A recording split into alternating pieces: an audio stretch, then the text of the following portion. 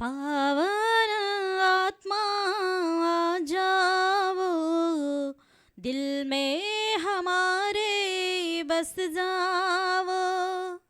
पावन आत्मा आ जाओ, दिल में हमारे बस जाओ। कृपा का तू भंडार है, कृपा का तू भंडार है, कृपा अपनी बरसाओ।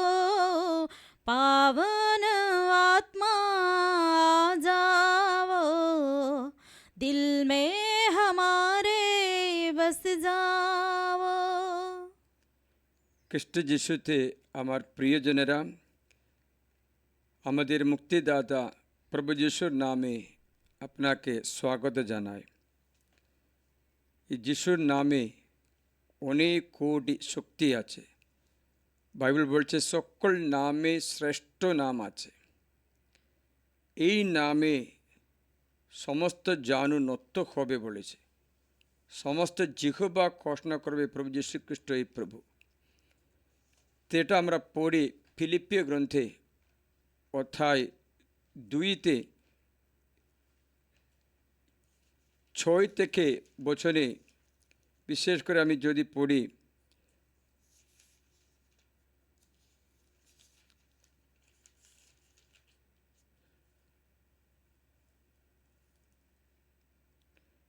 নয় পথে তার জন্যে ঈশ্বর তাকে উন্নীত করলেন, তাকে দিলেন সেই নাম সকল নামের চেয়ে শ্রেষ্ঠ যে নাম, যেন যিশুর নামে প্রত্যেকটি জানু নত হয় স্বর্গে মর্তে পাতালে, এবং পিতা ঈশ্বরের গৌরবে প্রত্যেকটি জিহ্বা ঘোষণা করে যীশুখ্রিস্ট এই প্রভু। আমি একদিন একটা বাবা একটা মেয়েকে নিয়ে আসলো অবধগ্রসিত বলে। সেই মেয়েকে আমি কথা বললাম, তারপরে বললাম বলো যিশুর নাম বলো। ও বলবে না। যিশুর নাম বলো, বলবে না। কারণ কত বললেও শান্তিতে স্নেহে আমি বলা একটা যিশুর নাম বলো না। কারণ বাইবেলে বাণী আছে যিশুর নাম বলা ব্যক্তি পরিত্রাণ পাবে। যিশুর নাম বলতে হলে সেই ব্যক্তি প্রভু যিশুর ঈশ্বরত্ব স্বীকার করতে হবে। যিশুই প্রভু বলতে হলে ঈশ্বরত্ব স্বীকার করতে হবে। তার জন্য শিষ্যচরিত 2 অধ্যায়ে 21 পথে এবং এমনটি ঘটবে যে যে কেউ প্রভু যিশুর নাম করবে সে পরিত্রাণ পাবে। সে মেয়ে কখনো বলে না। তাহলে আমি এটা চেঞ্জ করে দিয়েছি। তাকে পরে বললাম প্রভু বলো, কোনোরকম বলল। প্রিয়জনেরা, এত জেদি স্বভাবে ও ঈশ্বর থেকে দূরে থাকতে চায়। গির্জা করে ঢুকবে না, গির্জা শুনলে ও রাগ করছে। তন্ত্রমন্ত্রগুলো পছন্দ করে, এমন সিরিয়াল আছে সে দেখতে অ্যাডিক্ট হয়ে গেছে, আর ছাড়তে পারছে না। রাত্রে ঘুমাবে না, খিচুড়ি মতো কিছু দেখায়, শরীর বিকৃত হয়ে যায়। প্রিয়জনেরা, আপনারা জানতে হবে আমাদের এক শত্রু শয়তান মানুষের শরীর বিনাশ করতে চেষ্টা করবে। সেই যিশুর নামে সে ব্যক্তি মুক্তি পেত, কিন্তু সে বলবে না। আমি নাকি জোর করে তাকে বলাবো? না, করতে পারি না। কারণ পরিত্রাণ এক ব্যক্তি স্বেচ্ছায় স্বীকার করতে হবে, জোর করলে হবে না। প্রিয়জনেরা, খ্রিস্ট যিশুর এই নাম আমাদের দেওয়া হয়েছে আমাদের পরিত্রাণের জন্য, বিপদে ডাকবার জন্য। একবার আমি ডাকলাম, আমার বিপদের সময়ে আমাকে সাহায্য করলো, আমাকে রক্ষা করলো। তো বিপদে ডাকার জন্য দেওয়ার নাম করছে যিশুর নাম। আজকে আমার শিক্ষা সেটা নয়। আজকে আমার শিক্ষাটা বাইবেলের বাণী আছে। বাইবেলে খ্রিস্ট যিশু ঈশ্বরের রাজ্য স্থাপন করে, ঈশ্বরের রাজ্যে প্রবেশ করতে আহ্বান জানায়, সবাইকে ডাকছে ঈশ্বরের রাজ্যে প্রবেশ করো, ঈশ্বরের রাজ্যে তুমি আসো। জোর করে না যিশু। যিশু শুধু বলছেন দেখো ঈশ্বরের রাজ্য কাছে এসে গেছে, জেনে রাখ ঈশ্বরের রাজ্য কাছে এসে গেছে, প্রবেশ করো, বিশ্বাস করো, মন পরিবর্তন করো, যিশু বলছে। কিন্তু যিশুকে ওরা গ্রহণ করতে চায় না। এই যিশুর রাজ্যের একটা শিক্ষা আজকে বলতে চেয়েছিলাম। আমরা কখনো আমাদের মধ্যে গরিব ব্যক্তিকে ধন্য ভাগ্যবান মনে করে না। আমরা কখনো অর্থ নেই, কাপড় নেই, ঘর নেই তেমন ব্যক্তিদের, যাদের ঠিকানাও নেই, আমরা ভাগ্যবান মনে করে না। আমাদের মাপকাঠি আলাদা। ঈশ্বরের রাজ্যের একটা মাপকাঠি আজকে শিখাবো। সেটা আমি দেখতে পাচ্ছি মতিহৃদয় মঙ্গল সমাজের 5:3 আজকে শিক্ষা। মতি রচিত মঙ্গল সমাজের 5:3 থেকে। যিশুর আগমনে কার সুখী হওয়ার কথা? যীশুখ্রিস্টের আগমনে কার সুখী, কার অনুগ্রহ, কার আনন্দ হওয়ার কথা? বলছে 3 লেখা আছে 5, আত্মায় দিনহীন যারা তারাই সুখী, কারণ স্বর্গরাজ্য তাদেরই হবে। দিন দরিদ্র ব্যক্তিরা সুখী বলে। আমরা কেউ বলে দিন দরিদ্র ব্যক্তিকে সুখী বলে? ও বেচারি কেন কাজে নেই, কোনো সম্মান পাওয়া ব্যক্তি নয়। কারণ এই গরিব ব্যক্তিকে কে সম্মান করলে লাভ নেই, তার কাছে গেলে কোনো লাভ নেই, কারণ তার কিচ্ছু নেই। তাকে আমরা বলে জীবনে আঘাতগ্রস্ত জর্জরিত ব্যক্তি, ঈশ্বরে প্রহারিত ব্যক্তি, তার কোনো আশীর্বাদ নেই, দেখুন ভিক্ষারি হয়ে গেছে। প্রিয়জনেরা, ঈশ্বর বলছেন দিনহীন যারা ধন্য তারা। মানে এই জগতের সব কিছুর অভাব ভোগ করে প্রভুতে ভরসা রাখা ব্যক্তি যারা, তারাই সুখী, কারণ স্বর্গরাজ্য তাদের হবে। মানে হচ্ছে ঈশ্বরের নিয়ম নীতিতে পছন্দ ব্যক্তি, ঈশ্বরের কথায় পছন্দ ব্যক্তি, তারা জগতের সমস্ত আকর্ষণ থেকে দূরে থাকা ব্যক্তি, তাকে সুখী বলে। আপনারা কখনো বলবে, আমি একটা উপমা বলছি, আপনারা একটু বিচার করে বলবে। এক শহরে একজন ধনী লোক ছিল, অনেক ধনী, অনেক সম্পত্তি প্রচুর হয়েছে বলে অনেক ধনী লোকেরা, বড় বড় লোকেরা তার ঘরে এসে খাওয়া দাওয়া করতে আসছে। ভালো ব্যাপার। এই ধনী লোকের বাড়ি সবসময় খুব খুশির বাড়ি আছে, সবাই নাচ করছে, আনন্দ করছে, ভালো খাবার পাচ্ছে, সব কিছু ঠিক।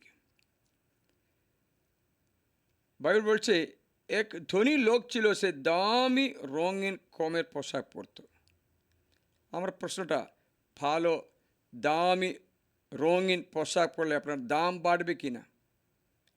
আজকে রিট্রিটের মধ্যে প্রশ্ন করা আসলে একজন বলল, হ্যাঁ বাড়বে ফাদার, সবাই থেকে সম্মান করবে। তখন আমি বললাম, গতকাল কলকাতা থেকে আসার সময় রাস্তায় একটা গাড়ি দেখতে পেলাম, সেই গাড়ির দাম 2,70,00,000, মোটামুটি 3 কোটি। একটা কার দেখলাম। ফাদার আমার সঙ্গে বসা ফাদার বললো, দেখো এই কারের দাম মোটামুটি 3 কোটি হবে। তখন বললাম, ফাদার একটা বলুন না, আমি ও কারে এতে বসি, কীরকম একটা দেখার জন্য একটা বসতে দিন। না, বসতে দেবে না। আমি বললাম, এই বড় গাড়িতে যাত্রা করি বলে একজন মহান হবে, বড় হবে কি না? বড় হই না। আপনি কি মনে করছেন গাছের বড়টা গাছে উঠে টপে উঠে, একদম টপ উঠে, যারা আমি জগতের সবচেয়ে বড় মানুষ হলে বড় হবে? হবে না।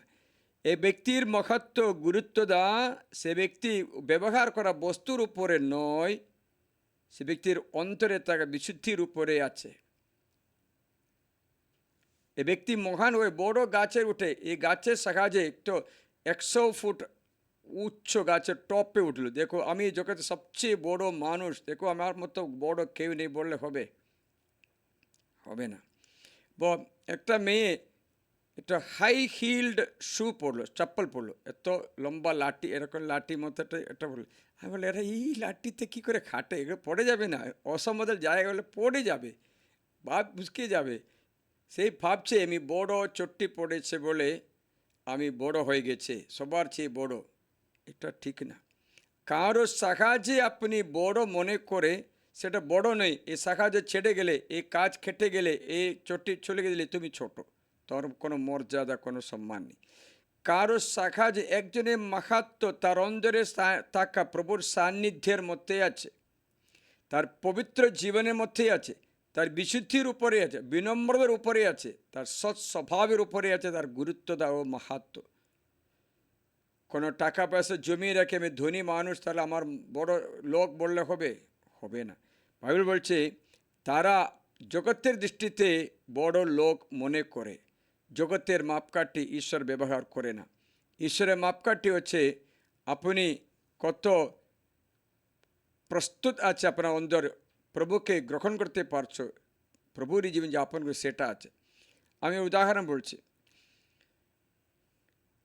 এক ব্যক্তি 5 মাস না 1 বছর ধরো, 1 বছর ধরে অনেক টাকা নিয়ে, অনেক খাওয়া দাওয়া, অনেক বড় বড় রঙিন কাপড় সব পরে, গোটা করে, জাঁকজমকের মধ্যে ভোজসভা করে, গান নাচ, ঠিক স্বাস্থ্য একদম সুন্দর, কারণ ডাইটিং করছে, মেকআপ করছে, ভালো খাবার মাত্র বেছে খায়। একটু এরকম করে 1 বছর খাবার পরে বাকি বছরগুলিতে কিচ্ছু নেই, আর 90 বছর বাকি আছে, কিচ্ছু নেই, তাহলে এই 1 বছরকে জীবনযাপনের ব্যক্তি আমরা ধনী বলতে পারবো? সুখী বলতে পারবো? পারবো না। তাহলে আপনি এই কথাটা আমাকে জানিয়ে দিন। এক ধনী লোক ছিল, সে দামি রঙিন কমের পোশাক পরতো, প্রতিদিন জাঁকজমকের মধ্যে ভোজসভার আয়োজন করত। তার বাড়ির ফটকের পাশে লাসার নামে একটা ভিক্ষারি পড়ে থাকতো, তার শরীরে ঘায়ে ভরা ছিল। সেই ধনী টেবিল থেকে খাবারের যে টুকরোগুলো পড়তো তা খেতে একাঙ্গ করতো, কুকুরে তা পর্যন্ত সাথে খা ছেটে খেত। মানে এক সাইডে একটা ধনী মানুষ, ভালো রঙিন কাপড়, আরেক সাইডে ঘা ভরা ব্যক্তি। ঘা ভরা ব্যক্তি কাপড় পরতে পারে? পারে না, নগ্ন উলঙ্গ ব্যক্তি। এক সাইডে সুস্বাস্থ্যের ধনী মানুষ, আরেক সাইডে শরীরে ঘা ভরা একটা ভিক্ষারি, গরিব। আমরা এক সাইডে ভালো গণ্যমান্য ব্যক্তিগুলো, বড় বড় লোকগুলো, ধনী ধনী লোকগুলো সে গোটা করে খাওয়া করে, আচ্ছা আনন্দ করে। পাশে একজন কিচ্ছু নেই, কোনো ঠিকানা পর্যন্ত নেই, ওখানে অ্যাড্রেস নেই, ঠিকানা নেই, চিঠি পাঠালে ও পৌঁছবে না, কারণ ওখানে ঠিকানা নেই, গরিব, জায়গা নেই। আমরা এই দুজনের মধ্যে কাকে সুখী বলবো? জগতের মাপকাঠিতে ধনী মানুষকে সুখী বলে। ধনী মানুষকে মানে যার সম্পত্তি আছে, ঘর আছে, দোতলা বাড়ি আছে, এসি রুম আছে, গাড়ি আছে, খাবার অসুবিধা নেই, সবসময় পাওয়ার করছে, সবটা ঠিক, আমরা তাকে সুখী বলে। কি ঈশ্বরের দৃষ্টিতে এটা হচ্ছে 1 বছরের মতো আনন্দ করে বাকি 90 বছর দরিদ্র থাকা, কিচ্ছু নেই, নিঃস্ব হওয়া, তাকে কখনো আমরা খুশি বলতে নেই। তাকে কখনো খুশি বলতে নেই। খুশি বলতে পারো যার অন্তর পবিত্র, ধন্য তারা, শুদ্ধ হৃদয় যারা, তারাই সুখী, কারণ ঈশ্বর তার সঙ্গে থাকে, ঈশ্বরকে সে দেখতেও পায়, স্বর্গে থাকতে পারে। তাহলে বাইবেল বলছে এই ধনী মানুষ আমাদের চোখে মহান ব্যক্তি, ঈশ্বরের অনুগ্রহীত ব্যক্তি, ভালো স্বাস্থ্য, ভালো খাবার। কিন্তু দেখুন এক সময় সে ভিক্ষারি মারা গেল, মরে গেছে, মানে 6 মাস চলে গেল। 6 মাসের মধ্যে 1 বছর চলে গেল, পৃথিবীর জীবন শেষ হয়ে ভিক্ষারি চলে যায়। আর তখন স্বর্গদূতরা তাকে বয়ে নিয়ে গিয়ে আব্রাহামের কোলে রাখলেন। স্বর্গদূতরা এসে ওকে বয়ে নিয়ে গিয়ে আব্রাহামের কোলে রাখছে। সুখী জায়গা, কোনো অসুবিধা নেই। দেখো সে ধনীও মরল এবং তাকে কবর দেওয়া হলো। ধনী মরে গেছে, তাকে মাটি দেওয়া হলো। এখন ব্যবস্থাটা দেখো, পাতালে মানে নরকে ভীষণ যন্ত্রণায় আক্রান্ত হয়ে সেই চোখ খুলে বহু দূর থেকে আব্রাহামকে তার কোলে লাশাকে দেখতে পেল। তাই জোর গলায় বলে উঠল, পিতা আব্রাহাম, আমার প্রতি দয়া করুন, লাশারকে পাঠিয়ে দিন যেন সে আঙ্গুলের ডগাটুকু জলে ডুবিয়ে আমার জিহ্বা জুড়িয়ে দেয়, কারণ এই অগ্নি আগুনের শিখায় আমি ভীষণ যন্ত্রণা পাচ্ছি। এখন যে ব্যক্তি 6 মাস না 4 মাস না 1 বছর ভালো মতো খাওয়া দাওয়া, ভালো কাপড় পরে, ভালো জীবন, ভালো ঠিকঠাক সব স্বাস্থ্য, তারপরে কিচ্ছু ভালো নেই, কিচ্ছু নেই, নিঃস্ব, তাকে আমরা সুখী বলবো? সুখী বলতে পারে না। বাইবেলে উপমা তাই। সুখী কারা? তারা বিশুদ্ধ, অন্তরে বিনম্র, প্রভু অন্বেষী, ঈশ্বরের নিয়ম পালন করে পৃথিবী যাপন করে ব্যক্তি, সেই মাত্র সুখী আছে। বাকি সব কিছু সুখ 4 মাসের সুখ আছে, বা 1 বছরের সুখ আছে, মানে পৃথিবীর জীবন মাত্র সুখ, তারপরে কিচ্ছু নেই। এই ব্যক্তি এই আগুনের মধ্যে একটা যাচনা করে। যাচনাটা কি জানো? যাচনা এই যে এক জলবিন্দু দাও, আঙ্গুলের ডগাটুকু জলে ডুবলে কত জল আঙ্গুলে ধরবে আপনি বলুন? 1 ফোঁটা জল ধরবে, তাই না? আঙ্গুল জলে ডুবিয়ে উঠো, ক ফোঁটা জল? 1 ফোঁটা জল ধরবে। ওটা নিয়ে আসার সময় মাঝখানে পড়ে যেতে পারে, 1 ফোঁটা পাবে না, 2 ফোঁটা ফেলে আরও ভালো, 1 ফোঁটা জল। আমি এই বিষয়ে চিন্তা করলাম, এই 1 ফোঁটা জল এই নরকের আগুনে কী লাভ হবে? যেতে না যেতে বাষ্প হয়ে যাবে। নরকে যেতে না যেতে এই জল বাষ্প হয়ে যাবে, ও পৌঁছবে না। তোমার চিন্তা করি 1 ফোঁটা জল মানে কি? আপনি জানেন? এর মানে আপনাকে জানার জন্য আমি এই ভিডিও করলাম। 1 ফোঁটা জল আপনি জানতে চাইলে আপনি বেনসিরা গ্রন্থ 18 অধ্যায়ে চলে আসবে। বেনসিরা 18 অধ্যায়ে 8 থেকে 13 পর্যন্ত বচন আছে, 13-14 পর্যন্ত। সেখানে আমি ধ্যান করে একটু পড়ব, আপনি শুনবে 1 ফোঁটা জল মানে কি, মানুষ কি, তার উপযোগিতা কি, তার পক্ষে মঙ্গল কি অমঙ্গল কি। মানুষের আয়ু উপরে 100 বছর, মানুষের আয়ু 100 বছর। বাইবেল বলছে মানুষের আয়ু 70, বলিষ্ঠ ব্যক্তিদের জন্য 80, ম্যাক্সিমাম 120। 80 বছর পরে যদি আপনি জীবনযাপন করতে পারো, তাহলে সাবসিডি মনে করো, ঈশ্বর সাবসিডি দিয়েছে। মানে হচ্ছে এটা আপনার যোগ্য নয়, সাবসিডি দিয়েছে। যেন কোনো ব্যাংক লোন দিলে সাবসিডি দিচ্ছে না, ও সাবসিডি ফ্রি, ওটা ফ্রি দিচ্ছে। বাইবেল বলছে মানুষের আয়ু 70 বছর আছে। আপনি গুনবে আর কত বছর বাকি আছে।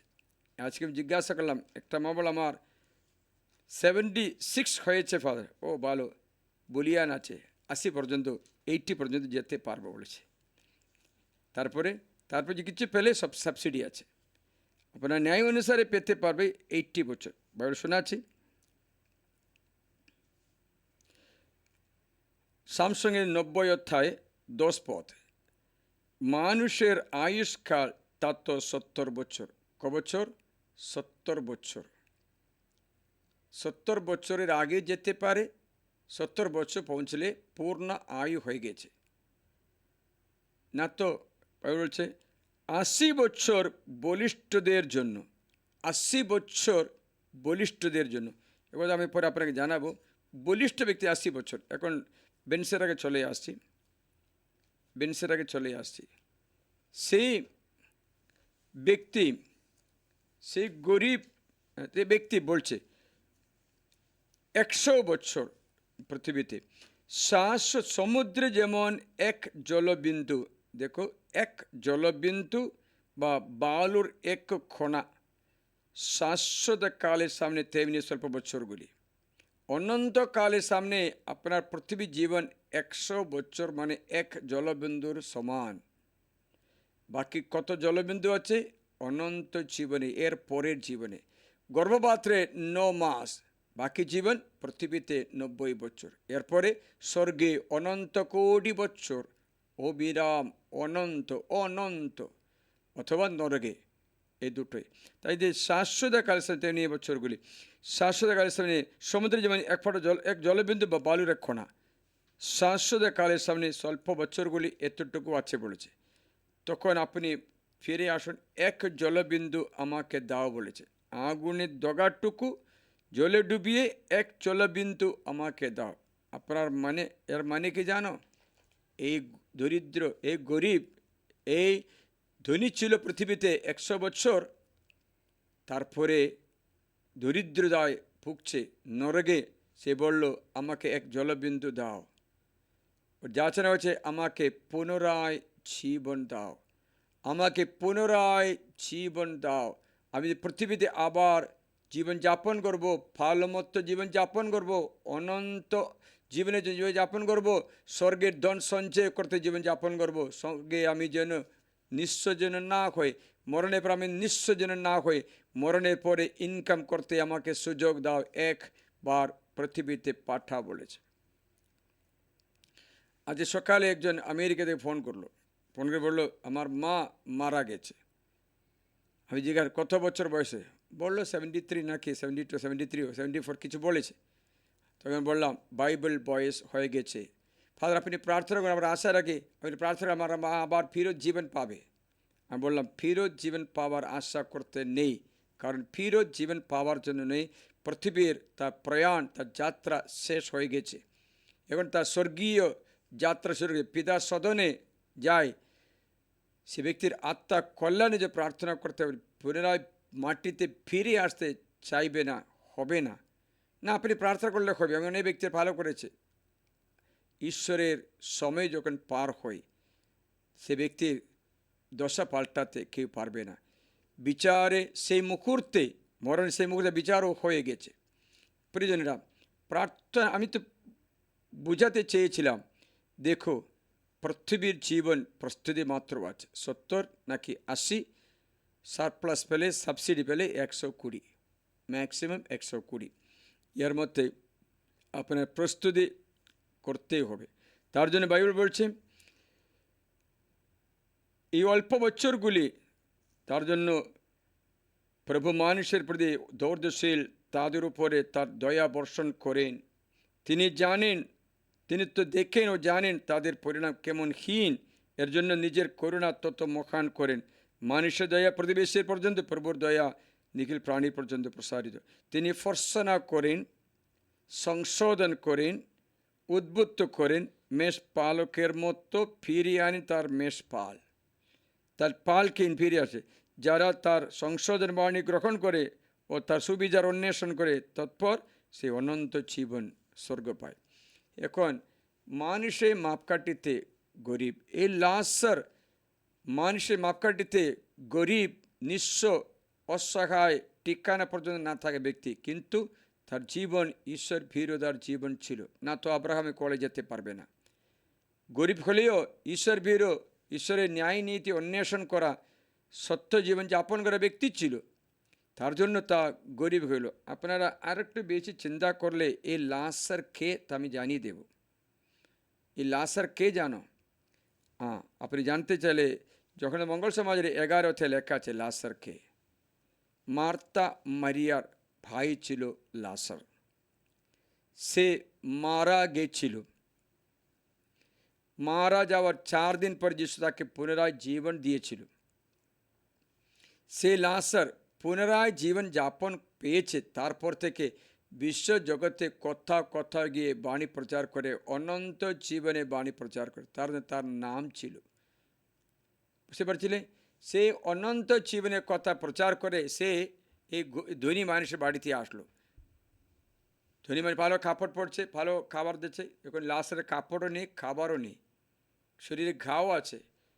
সে লাশার বলেছেন, দেখো দাদা, আপনি পৃথিবীতে মহান মনে করছো, এমন একটা বড় গাছে উঠে বলার মতো আছে আমি মহান, আমি বড়, সবচেয়ে বড় বলছে না। আপনি হাই হিল্ড চাপ্পল পরে আমি বড়, লম্বা, বড় বলছে, এটা না। এসবগুলো চলে যাবে, এই কাজ কাটা যাবে, এই হাই হিল্ড চাপ্পল চলে যাবে। আপনাকে পবিত্র না করলে, আপনাকে অন্তরে বিশুদ্ধ না করলে আপনার কোনো প্রয়োজন নেই। আপনার এখন স্বর্গে কোনো ধন নেই। আপনি স্বর্গে দরিদ্র। আপনি পৃথিবীতে ধনী হতে পারে, আপনি স্বর্গে কোনো ধন নেই। মতিরজিদা মঙ্গল সমাচারে অধ্যায় 5 বলছে, অধ্যায় দেখি কোন পথে আছে,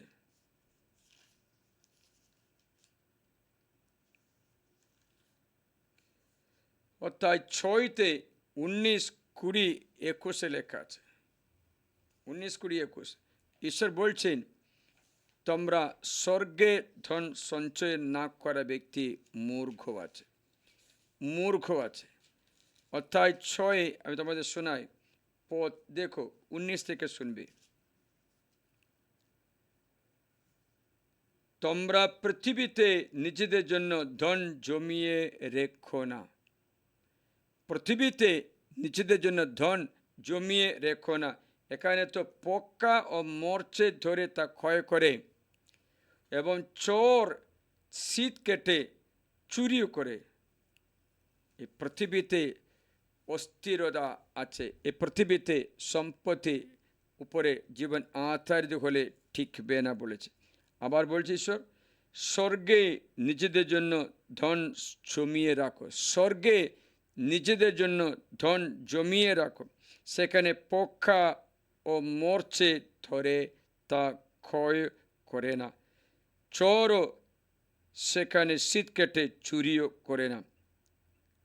দেখেছিলে? কারণ যেখানে তোমার ধন রয়েছে সেখানে তোমার হৃদয় থাকবে। সে বলেছেন স্বর্গে ধনবান হো।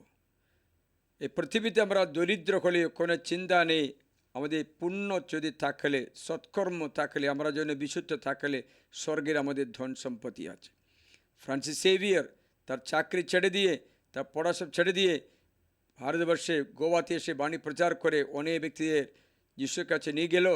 ফ্রান্সিস সেভিয়ার পুরস্কার পেল, স্বর্গে অনেক ধন সঞ্চয় করলো। তার শরীর এখনো পচে যায়নি, এখনো গোয়াতে রাখা হচ্ছে।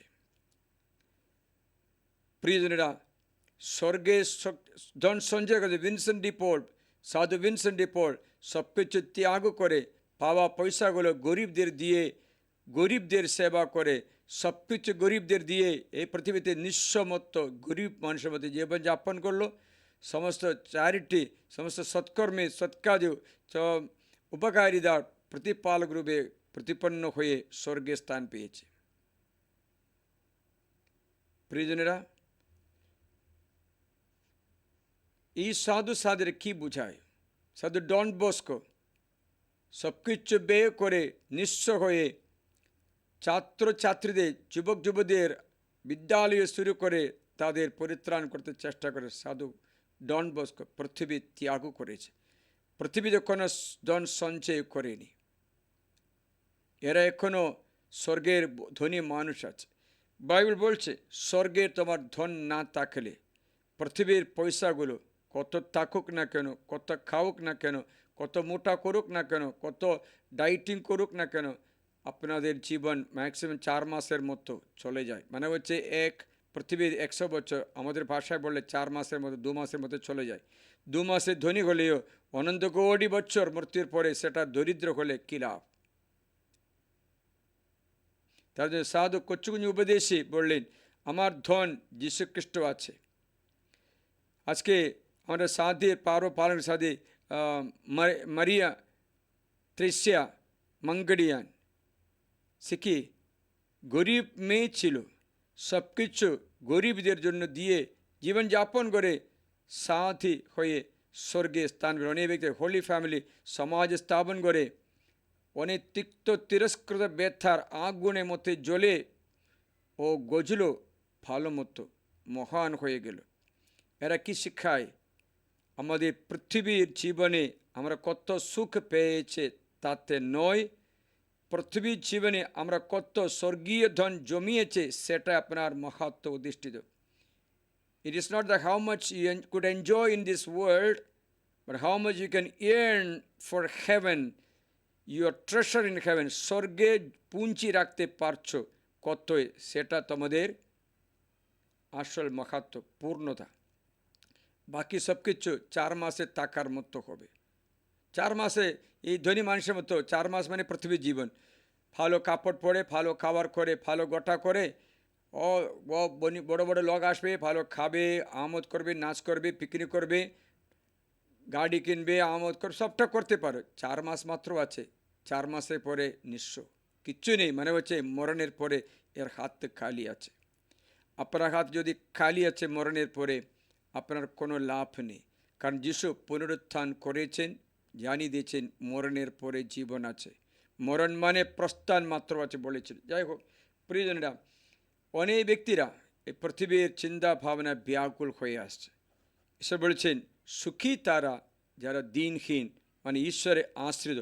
দিনহীন হলে সে ব্যক্তি ঈশ্বরের মাত্র আশ্রয় গ্রহণ করে। যিশু নিজে উপমা বলেছিল, ভাণ্ডারে বাক্সে পয়সা নিক্ষেপ করা ব্যক্তিদের বড় বড় লোক এসে তার বাড়তি সম্পত্তি থেকে কিছুটা কিছুটা দিয়েছে। এটা গরিব বিধবা আসে, গরিব বিধবা, তার দুটো পয়সা মাত্র ছিল, তার জীবনে আর কিচ্ছু নেই, কালকে জন্য কিছু সব কিচ্ছু প্রভুকে দিয়ে সমর্পণ করলো। তখন যিশু বলে যে এই বিধবা মেয়ে বাকি সকলের চেয়ে বেশি ভাণ্ডারে বাক্সে দিয়েছে বলেছে। বাকি সকলে তাদের বাড়তি সম্পত্তি থেকে কিছুটা দিয়েছে, এই যা আছে সব কিছু দিয়েছে। দেখেছিলি এই বিধবা স্বর্গে ধন সঞ্চয় করে, এই বিধবা স্বর্গে ধন সঞ্চয় করে। আপনি যদি আপনার উপকারিতা দ্বারা, আপনার ধন সম্পত্তি দ্বারা বাণী প্রচার করে, আত্মাকে পরিত্রাণ করে, আপনার এই বাড়তি সম্পত্তি পুরা মাত্র না, আপনার সব কিছু দান করে, প্রভুর সেবা করে, প্রভুর রাজ্যের জন্য সেবা করলে আপনার জীবন প্রভু স্বর্গে মখান করবে। কিন্তু আপনার সম্পত্তি হবে প্রভু মাত্রই, যার সম্পত্তি স্বয়ং ঈশ্বর। এ কথাগুলো সাধারণ ব্যক্তি বুঝবে না। সাধারণ ব্যক্তি ভিডিও স্কিপ করে দেবে, কারণ ওটা ওদের ডাইজেশন হবে না। কারণ প্রভু যিশু যাদের সম্পত্তি সেটা মরণের পরে ধনবান হয়। যাদের সম্পত্তি হয় যীশুখ্রিস্ট, সেই মরণের পরে ধনী হয়ে যায়। না তো মরণ পর্যন্ত থাকবে, মরণের পরে কিছু নেই। যিশুর কাছে একটা ধনী লোক আসলো, এসে বলল, প্রভু আমি স্বর্গে যেতে চাই। ভালো প্রশ্ন, আমি স্বর্গে যেতে চাই, আমাকে কি করতে হবে বলো? আজকে এটা মেয়ে এসে আমাকে বলো, আপনি বলুন আমার কি করতে হবে। বললাম তুমি এই প্রশ্ন আমাকে নয় নিচেকে করো, কারণ সে একটা মেয়েকে নিয়ে কষ্ট পাচ্ছে, সেই মেয়ে ভালো মতো হচ্ছে না, সেই মেয়ে পাগল মতো হচ্ছে, সেই মেয়ের জন্য অনেক কষ্ট পাচ্ছে, রাত্রে বিশ্রাম, বাড়িতে শান্তি নেই। ভালোই ছিল কিন্তু খারাপ হয়ে গেছে। আমি বললাম মানুষের পক্ষে একা থাকা ভালো নেই, ঈশ্বর বলেছিল। সঙ্গে স্বামী বলে আমি আমার স্ত্রীকে বললাম আর একটা বাচ্চা নেই, রাজি নেই, ফাদার রাজি হই না। স্ত্রী চুপ করলো, কাঁদছে। এখন একটা যে হয়েছে, স্যার ভাই নেই, বোন নেই, কারোর সাথে কত একাকিতা, বলবান বংশবৃদ্ধি করে বলেছে, তাদের কিচ্ছু নেই, একাকিতা এখন ভোগ করছে। প্রিয়জনেরা, আমাদের কাছে আছে স্বর্গের রাজ্যের চাবি, এই বাণী বাইবেলের মতো সব কিছু লেখা আছে। আমি তো আমাদের শোনাচ্ছি, এই ব্যক্তি, এই ধনী লোক যিশুর কাছে এসে এই প্রশ্ন করলে, প্রশ্ন হয়েছে আমি শোনাচ্ছি। এই জন্য একজন সমাজের নেতা তার কাছে এসে প্রশ্ন করলেন, মঙ্গলময় গুরু, অন্নজীবন উত্তরাধিকার করতে হওয়ার জন্য আমার কী করতে উচিত? অন্নজীবন আমি পেতে চাই, আমি স্বর্গের ধন সম্পত্তি করতে চাই, আমি মরণের পর ধন সম্পত্তি স্বর্গে জমা করতে চাই। যিশু তাকে বললেন, দেখো আমাকে মঙ্গলময় বলছেন কেন? একজন ছাড়া আর কেউ মঙ্গলময় নয়, তিনি ঈশ্বর। আপনি তো আজ্ঞাগুলো জানেন, মানে আধ্যাত্মিক জীবন ঠিক করা, আজ্ঞাবহ হওয়া, আজ্ঞা পালন করা প্রথম শ্রেণী মাত্র। প্রথমে আপনারা কী করতে হবে? ঈশ্বরের আজ্ঞা পালন, কটা আছে? 10টা আছে। আমি তোমার প্রভু পরমেশ্বর, আমার সঙ্গে দেব তোমার কাছে না থাকে, ঈশ্বরের মনে অচেতা নেবে না। তৃতীয়, ঈশ্বরের পবিত্র রক্ষা করবে। চতুর্থ, পিতামাতাকে সম্মান করে। পঞ্চম, নরহত্যা করে না। ষষ্ঠ, ব্যভিচার করে না। সপ্তম, চুরি করে না। অষ্টম, মিথ্যা সাক্ষ্য দেবে না। নবম, পরশ্রী লোভ করবে না। দশম, পরের দ্রব্য লোভ করবে না। 10টি আজ্ঞা পালন করছো কিনা? সে কি বললেন? যিশু বলেছেন চুরি করো না। যিশু তো আজ্ঞাগুলি জানো তো, ব্যভিচার করো না, নরহত্যা করো না, চুরি করো না, মিথ্যা সাক্ষ্য দেবে না, পিতামাতাকে সম্মান করো। যিশু বলতে বলতে বললো, প্রভু আপনি বলতে দরকার না, আমি পুরা পালন করছি। এটা প্রথম শ্রেণী মাত্র হয়েছে, আজ্ঞা পালন করা প্রথম শ্রেণী। তখন যিশু বলেছেন, এখন একটা বিষয় বাকি আছে, আপনার যা কিছু আছে তা সবই বিক্রি করে গরিবদের দিন, তাতে স্বর্গে ধন পাবে। এই সম্পত্তি গরিবদের দিন, তখন ঈশ্বর তোমার সম্পত্তি হবে। ঈশ্বর আমার সব কিচ্ছু হবে। এই এখন পার্থিব সম্পত্তির উপর ভরসা রেখেছে তো, এটা ছেড়ে দাও, এটা গরিবদের দিন, তারা যেন বাঁচুক। আপনি ঈশ্বরকে সম্পত্তি করো, স্বর্গে ধন সঞ্চয় করবে, তাকে স্বর্গে তোমার ধন থাকবে। তারপর আসুন আমার অনুসরণ করুন। এটা মাত্র না, তারপরে যিশুর অনুসরণ করতে হবে, মানে হচ্ছে তারপরে যিশুর কথা চলতে হবে। মানে স্বর্গরাজ্যে যেতে হলে অনেক কষ্ট আছে, জানেন তো। প্রথমে আজ্ঞাগুলো পালন করে তারপরে সব কিছু অ্যাটাচমেন্ট ছেড়ে দেওয়া, কোনো কিছু আকর্ষণ নেই, সম্পত্তি ঈশ্বর মাত্র হয়। পরে যিশুর অনুসরণ হয়, যিশুর বাণী শুনে চলা, তখন তোমার স্বর্গে ধন হবে, তোমার দ্বারা অনেক ব্যক্তিরা স্বর্গীয় যাবে। সেই যুবক কী করলেন? যুবক একথা শুনে, কিন্তু একথা শুনে লোকটি খুবই দুঃখিত হলেন, কারণ তিনি খুবই ধনী ছিলেন। এই ব্যক্তির দুঃখের কারণটা কি বলো? তার সম্পদ ছিল, তার অনেক সম্পদ ছিল। বলো কি সম্পদ থাকা পাপ? সম্পদ থাকা পাপ না। ঈশ্বর সম্পদ দান করছে, ঈশ্বর চায় না আমরা দরিদ্র হতে, সম্পত্তি দান করছে। তাহলে এই ব্যক্তির দুঃখের কারণটা কি? তার সম্পদ ছিল। আজকে তোমার দুঃখের কারণটা কি? ঈশ্বর তোমার সম্পদ হয় না। তৃতীয়, আজ্ঞাগুলির উপর পালন করে না। তৃতীয়, গরিবদের সেবা করেনি, সব দিয়ে সেবা করেনি। চতুর্থ, জগতের অ্যাটাচমেন্ট কেটেনি। পঞ্চম, প্রভুর অনুসরণ করেনি। দুঃখের কারণ সেখানে নিহিত আছে। প্রভু যিশুর অনুসরণ করা, আজ্ঞাগুলি পালন করা, গরিবদের সব কিছু দান করে, অ্যাটাচমেন্ট, এই আকর্ষণ, এই সম্পর্ক, এই জগতের দিকে আকর্ষণ কেটে দেওয়া, পরে ঈশ্বরের অনুসরণ করা, এটা হয়নি, মানে তোমার দুঃখ। এই ব্যক্তি মরণের পরে কি পাবে? দুঃখই পাবে, কারণ তার সম্পত্তি নেই, তার কিছু মরণের পরে কিছু রাখেনি, সব কিছু ত্যাগ করেছে। সব কিছু আছে কিন্তু স্বর্গ ত্যাগ করেছে। প্রয়োজন আমরা প্রার্থনা করি, দেখো ঈশ্বরের এই শতকোটি করুণা, ঈশ্বরের অনুগ্রহের জন্য আমরা প্রার্থনা করি। দেখো আমরা কত কিছু থাকলেও যদি ঈশ্বর আমাদের সম্পত্তি না হয়, কোনো লাভ নেই, কোনো লাভ নেই। পৃথিবীর জীবন এক জলবিন্দু। এই ধনী মানুষ বললেন, এক জলবিন্দু দাও, মানে আমাকে আবার পৃথিবীতে পাঠাও, আবার পৃথিবীতে আমাকে পাঠাও, যেন আমি ভালো জীবন যাপন করব, সব কিছু ত্যাগ করে আমি স্বর্গের ধন সম্পত্তি জমা করব। বলেছেন একবার মৃত্যু হলে আবার ফিরত যাবার প্রশ্নই উঠে না। আপনার ডাক শেষ, আপনার ডাক শেষ। তার জন্য আমি এবার ক্যাথলিক আপনাকে বলে দিলাম, মরণ মানে আপনি আশীর্বাদ নেওয়া, ঈশ্বরকে গ্রহণ করা বা ঈশ্বর তিরস্কার করা, শেষ সিদ্ধান্ত নেওয়ার সময় সমাপ্ত হওয়াকে বলে মরণ। তারপরে আমি আশীর্বাদ নিতে আপনি পারবে না, ঈশ্বরকে গ্রহণ করতে আপনি পারবে না। আপনি যা গ্রহণ করেছে সেটা সেই মতো হবে। It's a last chance to respond to the grace of god and to save. After death, there is no chance to receive any more grace. প্রয়োজনে তার জন্য আমরা প্রার্থনা করি, এই এক ফোঁটা জল মানে আপনার পার্থিব জীবন, সেটার জন্য ঠিক করতে ঈশ্বর চেষ্টা করে, আমরা চেষ্টা করি। আসুন আমরা আরাধনা করি। পূর্ণ মন দিয়ে, পূর্ণ হৃদয় দিয়ে, পূর্ণ আত্মা দিয়ে, যিশু আমি তোমায় ভালোবাসি।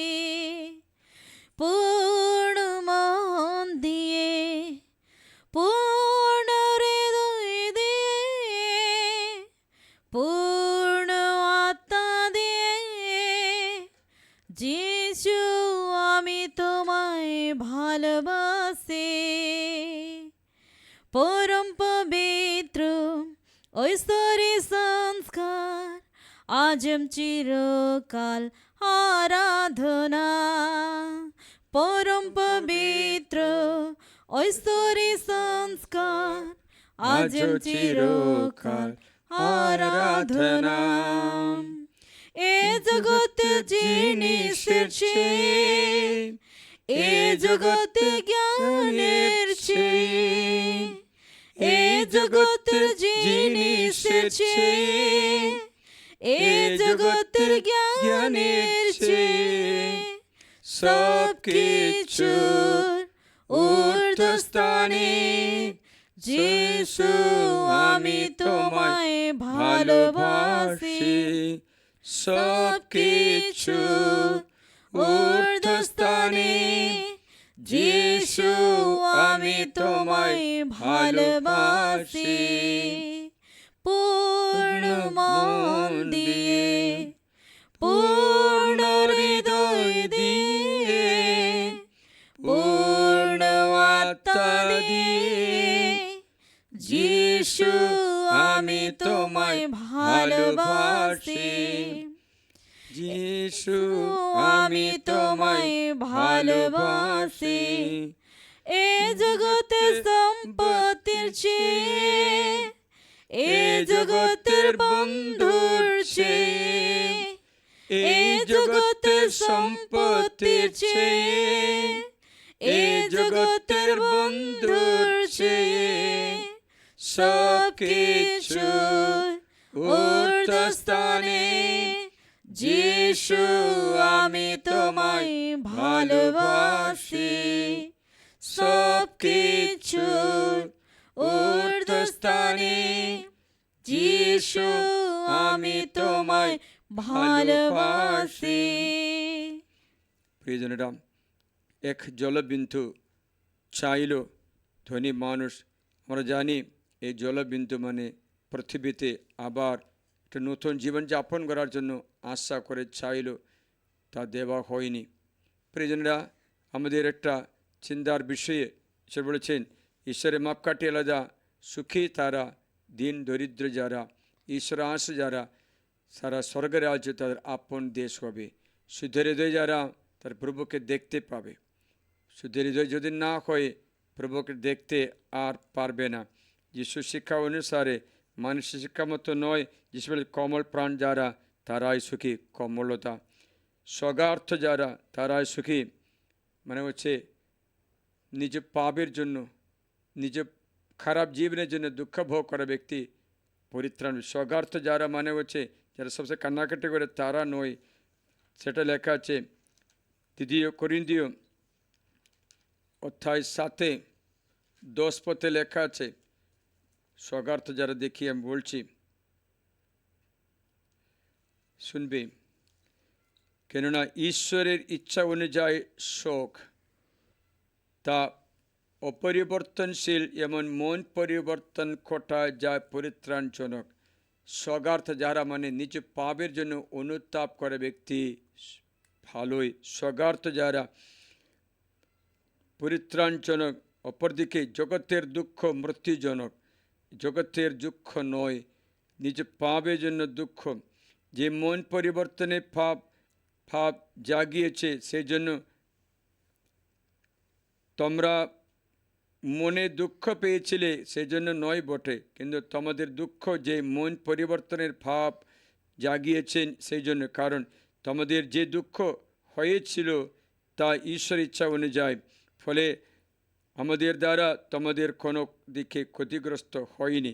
কারণ ঈশ্বর ইচ্ছা অনুযায়ী যে দুঃখ তা অপরিবর্তনশীল এবং পরিত্রাণজনক। তাই ঈশ্বর কেন বলছে দুঃখী মানুষ যারা তারা সুখী, মানে হচ্ছে যারা অনুতাপ করে নিজ পাপের জন্য তারাই সুখী। কোমল প্রাণ তারা সুখী। ধর্মময়দার জন্য ক্ষুধার্ত তৃষ্ণার্ত তারাই পরিতৃপ্ত হবে, তারা সুখী। দয়াবান যারা দয়াই পাবে। শুদ্ধ হৃদয় যারা প্রভুকে দেখতে পাবে। শান্তি সাধক যারা শান্তি পাবে। ধর্মময়দার জন্য নির্যাতিত তোমরা সুখী, কারণ স্বর্গরাজ তাদেরই হবে। প্রিয়জনেরা, তোমরাই সুখী।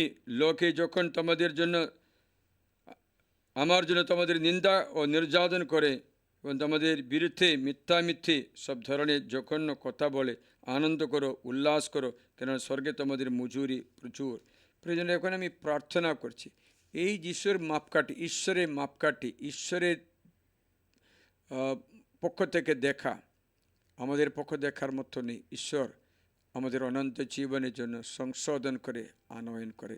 প্রার্থনা করি আজকে ঈশ্বরের মঙ্গলময় বাণী আমরা শ্রবণ করি, জীবনে সে দুঃখ ক্লেশে আমরা পার করি, জগতের জন্য দুঃখ যেন না হয়। কারো সান্নিধ্য আমাদের কষ্ট দিতে পারে, কারো সান্নিধ্য আমাদের অসুবিধা করতে পারে, কারণ সে ব্যক্তি সুখী নেই, সে ব্যক্তি আনন্দ পাচ্ছে না। যেমন যদি আমি বলি এখানে একটা বাঘ আসছে বললে আপনারা এখানে শান্তি পাবে না। বাঘ যতদিন না এই গ্রাউন্ড থেকে বের হয়ে বেঁধে মেরে ফেলি না দূর করে বাঁধে রাখি, কাছে রাখে, সে পর্যন্ত ভয় কাটে না। তেমনি পাপীদের সঙ্গে থাকা ব্যক্তি শান্তি অনুভব করবে না। কারণ বাইবেলে লেখা আছে দুর্জনদের জন্য শান্তি নেই, দুর্জনদের জন্য শান্তি নেই। তার সান্নিধ্য, দুর্জনদের সান্নিধ্য আপনাকে অশান্তি করে দেয়। দুর্জনদের জন্য বলছে ইসাইয়া 57:20, কিন্তু দুর্জনদের জন্য আলোড়িত সমুদ্রের মতো তা স্থির হতে পারে না, তার জলে পঙ্কিল মাটি কাদা উঠে। আমার পরিবেশে বলছেন দুর্জনদের জন্য শান্তি নেই। প্রয়োজন তার জন্য শান্তি যদি মানে হয়, শান্তি মানে যিশুকে আমারই সাথে দিলাম শান্তি, দুর্জন অন্তরে নেই। তার সান্নিধ্য আপনাকে দুশ্চিন্তা আতঙ্কিত করবে। দ্বিতীয় হচ্ছে আপনার চিন্তা ভাবনা হতে পারে যখন আপনি বুঝতে পারে আপনার অন্তরে আলো নেই, যিশু নেই। যিশু না থাকলে অসুস্থ হবে, শান্তি যিশু, শান্তি না থাকলে অশান্তি দুঃখ ভোগ করে। তাই বাইবেল সঠিকভাবে বলছেন দুর্জনদের শান্তি নেই। পাপ থাকলে মাছি আসবে, তেমনি পাপ থাকলে শয়তানও আসবে। সম্পূর্ণ অনুতাপ করে প্রভুর কাছে প্রার্থনা করি। আজকে ঈশ্বর আমাদের আশীর্বাদ করে হাঁটুবাদ করি, ঈশ্বরের পবিত্র আশীর্বাদ গ্রহণ করুন। সর্বশক্তিমান ঈশ্বর আমাদের আশীর্বাদ করুন, পিতা ও পুত্র ও পবিত্র আত্মার নামে आमीन। আমিন। হে পরম পবিত্র ঈশ্বরের সংস্কার, প্রতি মুহূর্তে প্রশংসা ধন্যবাদ তোমারই হো। পিতা পুত্র পবিত্র আত্মার জয় হোক। যেমন আদিতে হয় তা এখনই তেমনি হয়, যুগে যুগে চিরকাল হবে। মারিয়া আমেন। খ্রিস্ট ভক্তের সহায়। আমাদের জন্য প্রার্থনা করো। कहाँ जाऊं प्रभु तुझे मैं छोड़ के, कहाँ जाऊंगा। कहाँ जाऊं प्रभु तुझे मैं छोड़ के, कहाँ जाऊंगा। स्वर्ग राज तो प्रभु तेरे पास है, तेरे पास है। स्वर्ग राज तो प्रभु तेरे पास है, तेरे पास है। कहाँ जाऊं प्रभु तुझे मैं छोड़ के, कहाँ जाऊंगा।